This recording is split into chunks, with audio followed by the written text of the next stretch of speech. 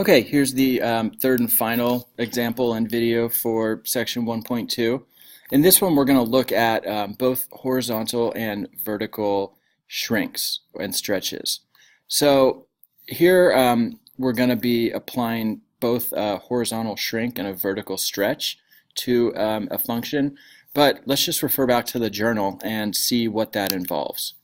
So first, let's look at a horizontal stretch and shrink. So if we look at this, we've got a horizontal stretch or shrink is when we're multiplying the input.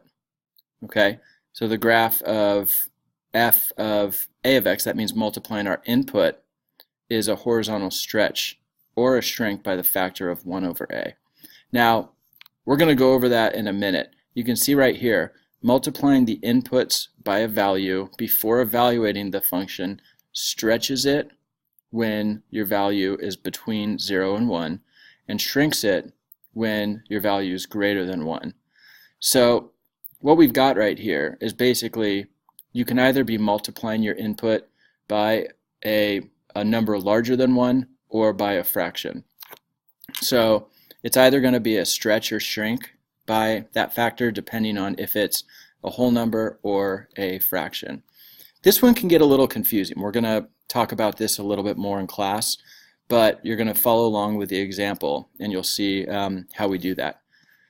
With vertical stretches and shrinks, it's a little less confusing because you're just multiplying your entire function by a value, and it's a stretch if the value is greater than 1, and it's a shrink if that value is a fraction. So basically, stretch is if you're multiplying your entire function by a whole number or something larger than 1, and it's a shrink if it's a fraction. Let's go look at this example and see what we do. So here's our function, absolute value of x minus 3 minus 5. So obviously this is in the absolute value family. And first thing we want to do is write a function g whose graph is a horizontal shrink of the graph of f by a factor of 1/3, 1 over 3. So let's look back here. This is where it gets a little confusing. Let's look again. We want a horizontal shrink by a factor of 1/3. So horizontal, let's look at this. So we want a horizontal stretch or shrink. So shrink by a factor of 1 over a. So look what we have to do here. So because we're doing a horizontal shrink by a factor of 1/3, okay, what that means is our a value is this 1 over. It's our denominator. Again, look at when our stretch or shrink value is a fraction, that actually means we're going to be multiplying every input by whatever our denominator is. So all of our input values are going to be multiplied by 3. So again, this takes a little bit getting used to. It takes some practice going it over and over again to get used to this. But because we're shrinking by a factor of 1/3, we're doing the inverse. We're multiplying each input by a value of 3. So remember, when we're doing something to the input, we want to first write out our function with f of x terms. So what we're doing is we're transforming our function by multiplying the input by 3. So first thing we want to do is let's just rewrite our function, but instead of having x, we're going to replace that with 3 times x. So all we do is we just take our function here and replace x with 3x, because all we're doing is changing our input, not entire function. So if you look at, we're replacing x with 3x. And so our transformed function is really simple. There's no more simplifying that we can do. It's just our new function g is just absolute value of 3x minus 3 minus 5. That's it. The only part that gets a little confusing is taking, when you've got a fraction that you're doing a horizontal shrink of, you actually have to do the inverse. You're actually multiplying your input by 3. You're not multiplying it by 1/3. So it's that inverse operation that gets a little confusing. Okay, let's look at the second one. We've got a function h.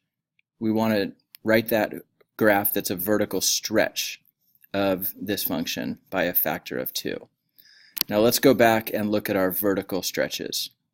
So we take a vertical stretch by multiplying our entire function by a factor of a.